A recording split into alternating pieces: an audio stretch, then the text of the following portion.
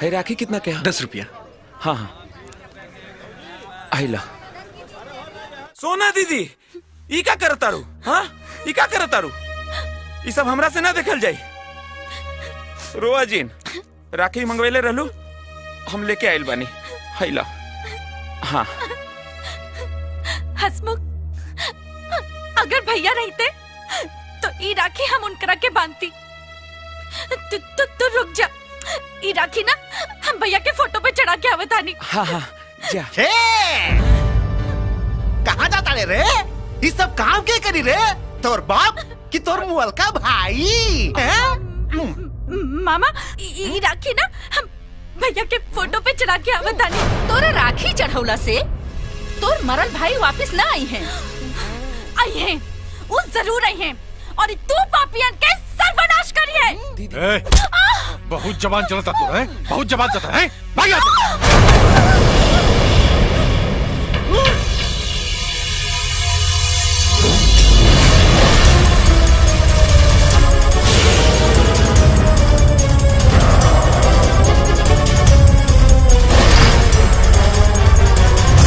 दीपक भैया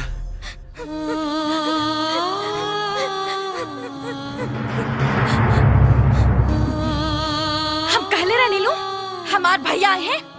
अब आग फाड़ फाड़ के देख ला सन, आ गए ने हमार भैया तोहनी के पाप के अंत करे खातिर। ना ई दीपक नहीं खे हो सकत।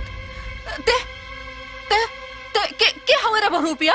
हाँ अच्छा अनरा गेल बाड़ू, लौकत नहीं खे तो चश्मा लगा ला। दीपक है हम, दीपक।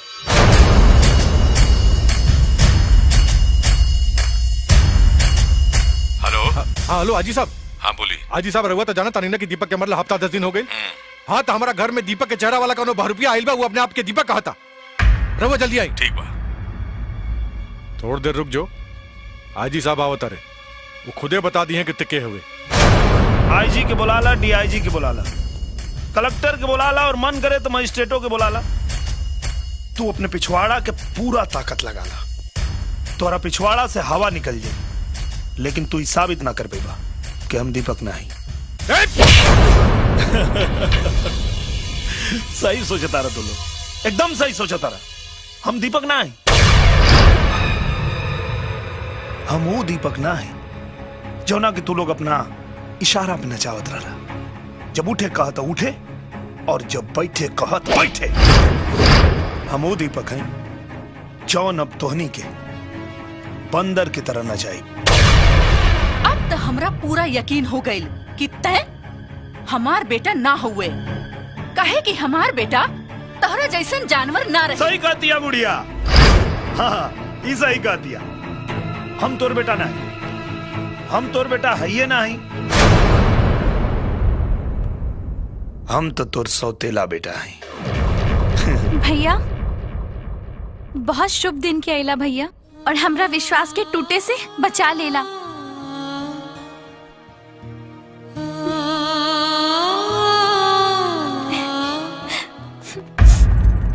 अजी साहब पकड़ लिए एकरा के, कि वो है बहुरूपिया हा जौन अपना आपके दीपक कहा था। गिरफ्तार करिए।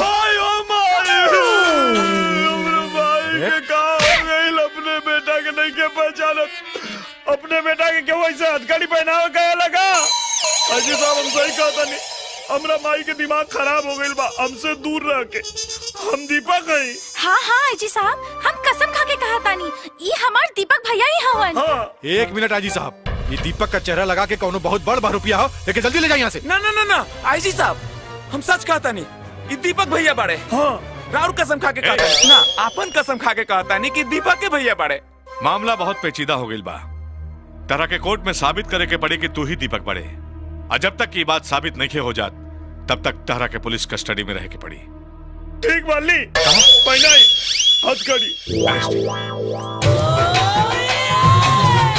माई के दवाई किए या लोगों का दिमाग की हालत खराब हो गई बा, अपने बेटा के नहीं के पहचानत। जब तक ही साबित नहीं हो जात कि वो दीपक हवन, तब तक पैसा के कौनो लेन देन मत करिया लोग, बुझला? ना ता कानून केहू के ना छोड़ेला। ये बात याद रखिया लोग।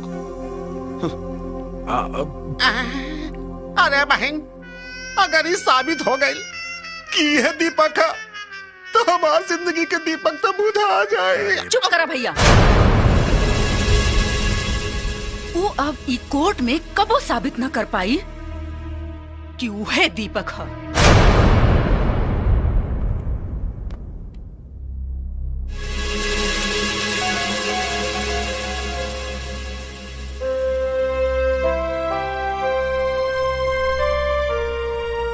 अदालत की कार्रवाई शुरू की जाए। हाँ तो मिस्टर, आपकी माता हेमलता जी का कहना है कि आप उनके बेटे नहीं हैं। जी, वो सही कह रही हैं।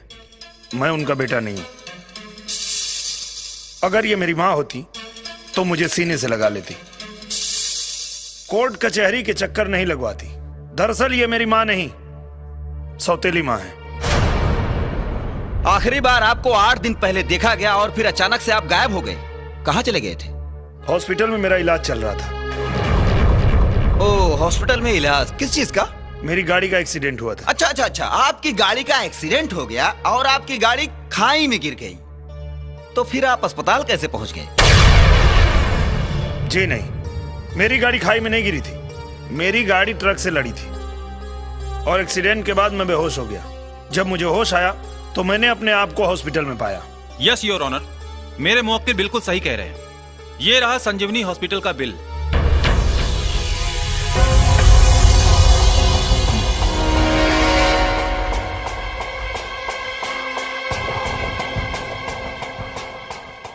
योर ऑनर, मैं संजीवनी हॉस्पिटल इंक्वायरी के लिए गया था। उसके हिसाब से मिस्टर दीपक जो कुछ भी कह रहे हैं वो बिल्कुल सच है। हाँ, तो आप होश में आने के बाद आपने सबसे पहले सूचना अपने घर वालों को क्यों नहीं दी? क्योंकि मुझे 3 दिन बाद होश आया और होश में आने के बाद डॉक्टर ने मुझे आराम करने की सलाह दी। 5 दिन के बाद रक्षाबंधन का त्योहार था। मैंने सोचा अपनी बहन सोना को सरप्राइज दूंगा। और 8-10 दिन घर से बाहर रहना कोई बहुत बड़ा इशू नहीं है।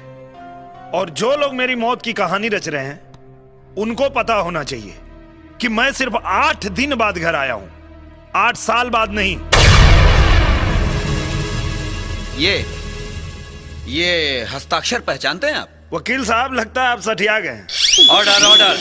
ये कोई भी देख के बता सकता है कि ये दीपक के हस्ताक्षर है। हाँ, ये दीपक के हस्ताक्षर है, आपके नहीं। लगता है आज भांग खा के आए हैं। जब दीपक मैं हूं तो ये हस्ताक्षर भी मेरा ही है। अच्छा, तो क्या आप ठीक ऐसा ही दूसरा हस्ताक्षर कर सकते हैं? ऐसा दूसरा क्यों? ऐसा ही कर देता हूं। कहां करना है बताइए। हाँ,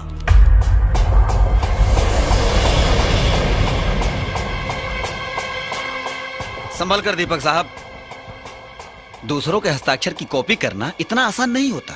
आप मुझे डरा रहे हैं? नहीं नहीं, समझा रहा हूं।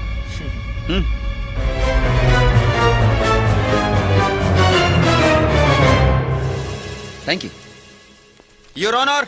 मैं सिग्नेचर एक्सपर्ट से इस आदमी के सिग्नेचर और दीपक यादव के सिग्नेचर का मिलान कराना चाहता हूं ताकि यह साबित हो सके कि ये जो शख्स अपने आप को दीपक यादव कह रहा है, क्या यह दीपक यादव ही है या उसका हमशक्ल? इजाजत है। Thank you my lord. लीजिए राणा साहब, और सिग्नेचर की रिपोर्ट जल्दी मंगवा दीजिएगा। ओके।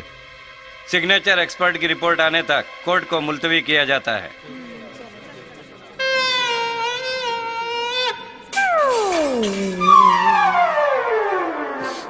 बाप रे बाप, अरे वो तो हमनियों से बड़ा वाला कमीना बुझाता। देख रहा लोग, अरे अदालत में ऐसे सीना तान के खड़ा रहा जैसे दीपकवा के हम शक्ल ना दीपकवे होके। हमारा तो कौनो बहुत बड़ सातिर बुझाता। अरे रउआ लोग झूठा ही इतना टेंशन लेता नहीं, केहू के सिग्नेचर के कॉपी के इतना आसान नहीं खे। कहीं कर दे लस्ता, अरे तब तक हजारों करोड़ के संपत्ति गए। भैया, हम ऊ नागिन हई कि हमार काटल पानी भी ना मांगेला। हमार करोड़ों रुपए तो दूर, 1000 भी ना मिली ओकरा के।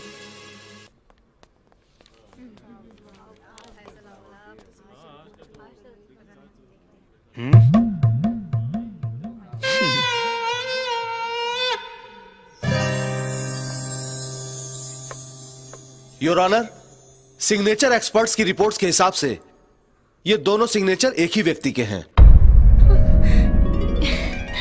यानी कि मिस्टर दीपक के। ये रही इसकी रिपोर्ट।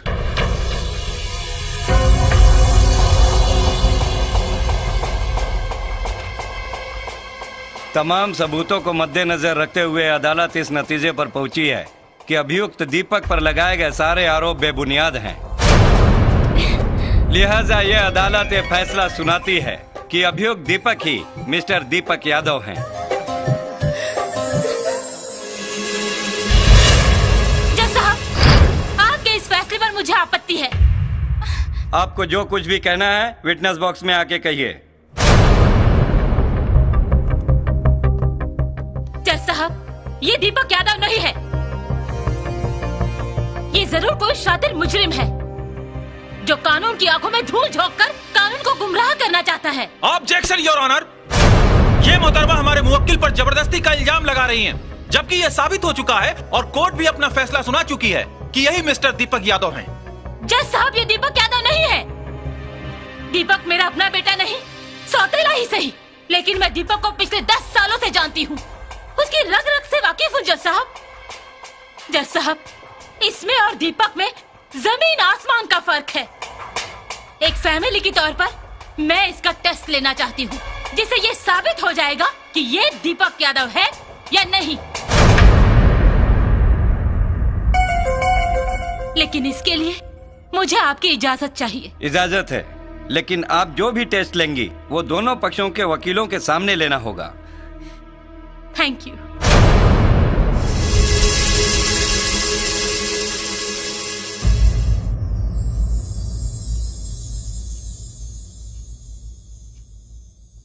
ये सब केकर फोटो हो? ये सब दीपक के दादा, परदादा, गुरु, कुलगुरु और पुरोहित जी के फोटो हा। दीपक साहब के पहचाना तारे, वो आवा तारे और अपना परदादा के फोटो पर हार चढ़ाई हैं। तब बस दूध के दूध और पानी के पानी हो जाई। एमा से उनके परदादा के हो? बाएं से तीसर फोटो, जेकर आगे पियर फूल रखल है।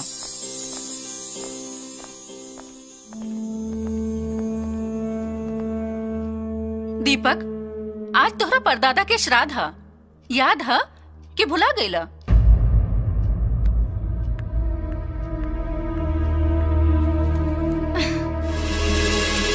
लो, चढ़ा दो अपना परदादा के फोटो पर।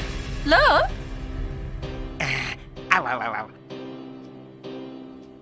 अरे का भइल? का सोचत बाड़ा? चढ़ा दो।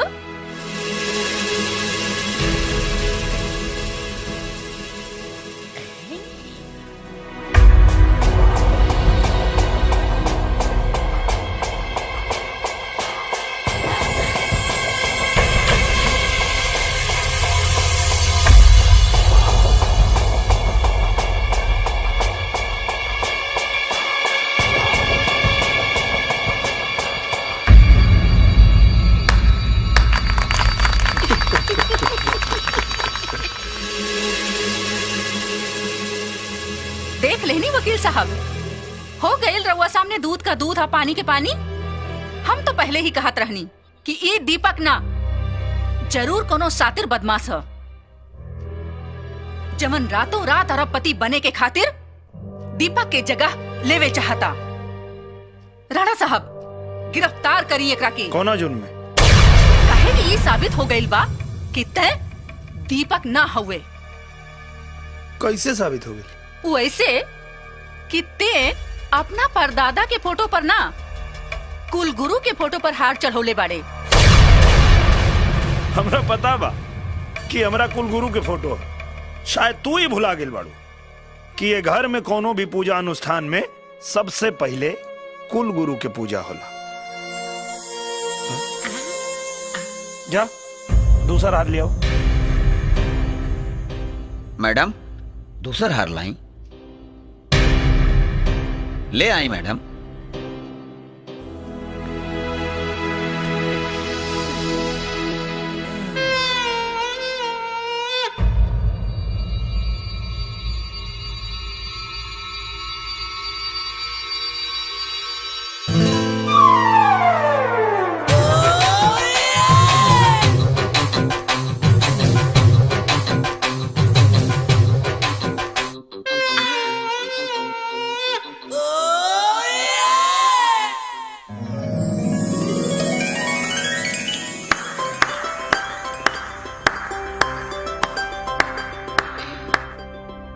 ये है ना हमरा परदादा के फोटो।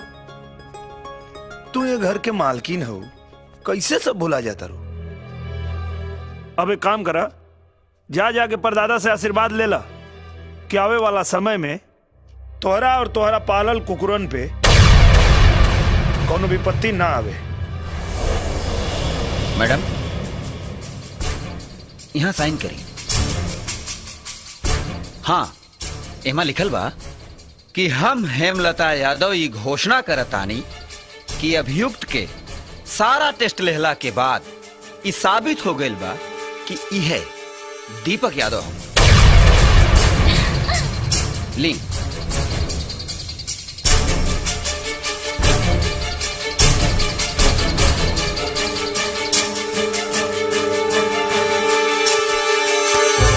Thank you. आइए। हो गई तसल्ली। अब एगो बात कान खोल के सुन ला कि दीपक के तरफ केहू भी आंख उठा के दोबारा देखल तो हमरा ना चाहला के बाद भी कार्रवाई करे के पड़ी। और खास कर तू ब्रिजेश, तू तनिक संभल के रही है बाबू। का बुझला? चला।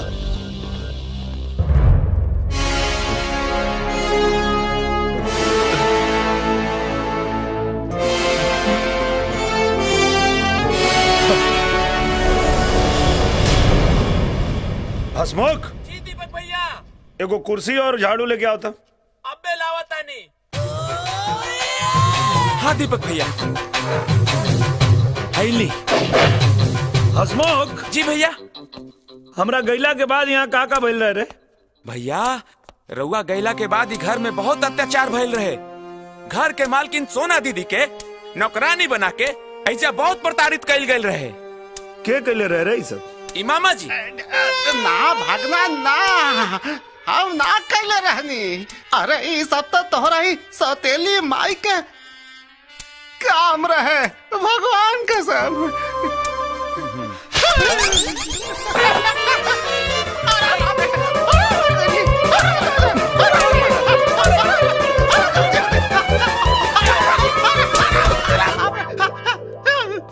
हसमुख। जी भैया। आज के बाद ही घर में झाड़ू पोछा तू लोग ना करवा। जी भैया। ई करिए। अब भैया। हाँ। दिन भर में 5 बार खाना मांगेला खाए खातिर। अच्छा। जी भैया। आज से इनके सुबह शाम 2 रोटी और प्याज दा। ठीक बा। और काम करे से पीछे हटे। जी। तो एक बेरा के रोटी बंद। ठीक बा। चला शुरू हो जा, शुरू हो जा। हाँ। और का भइल रहे यहाँ? भैया ई बरजेसवा बड़का भिखारी बा। एकरा लागत घर में जगह ना रहे तो अपन सारा बोरिया बिस्तर बांध के राउर रूम पे कब्जा कर ले बा।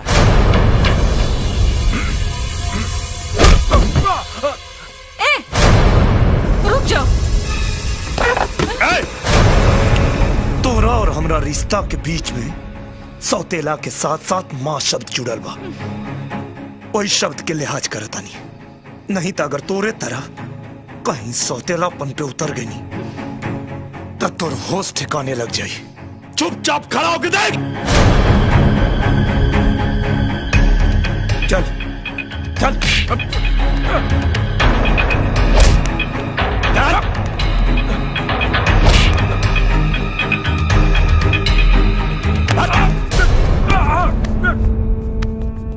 फटाफट सामान समेट और निकल यहाँ से। सामान रख। ए तार बाप के नौकर हैं का? हम दीपक भैया के नौकर हैं। चल फटाफट निकल।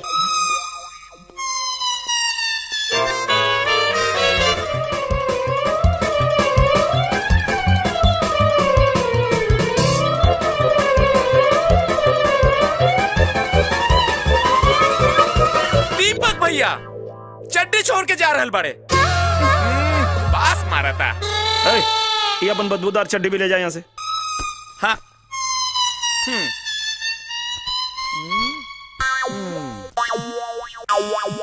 हसमुख। जी भैया। चड्डी समेत बाहर फेंक क्या? आई आई अरे काली राम का खुल गया पोल, बीच बजरिया डब्बा गोल। खुल गया पूरा पोल, बोल हरी बोल हरी बोल हरी बोल। ए वॉचमैन भैया। हाँ भैया। तू दरवाजा जरा ठीक से लगा ला और इनका खातिर परमानेंट दरवाजा बंद।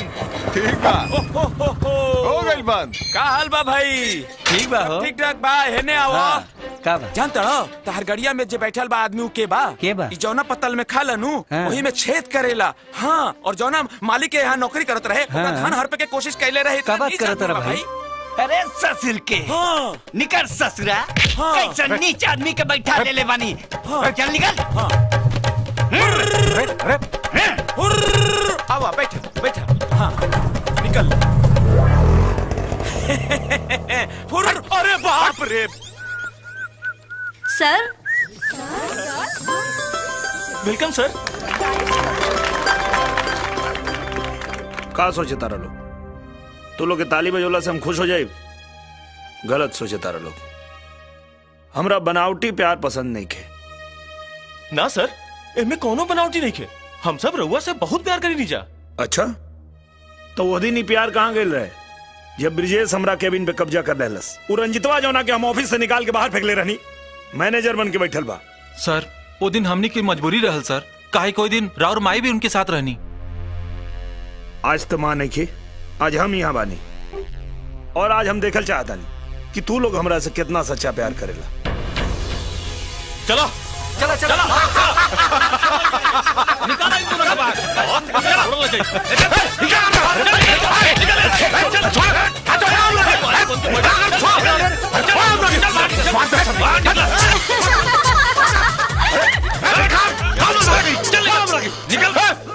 खेल तो के बहुत महंगा पड़ी दीपक।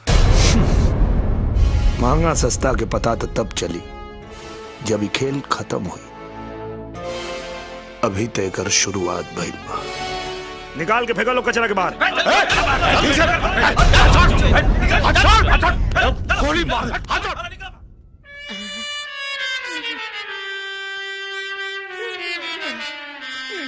ए मामा जी ठीक से काम करी। अरे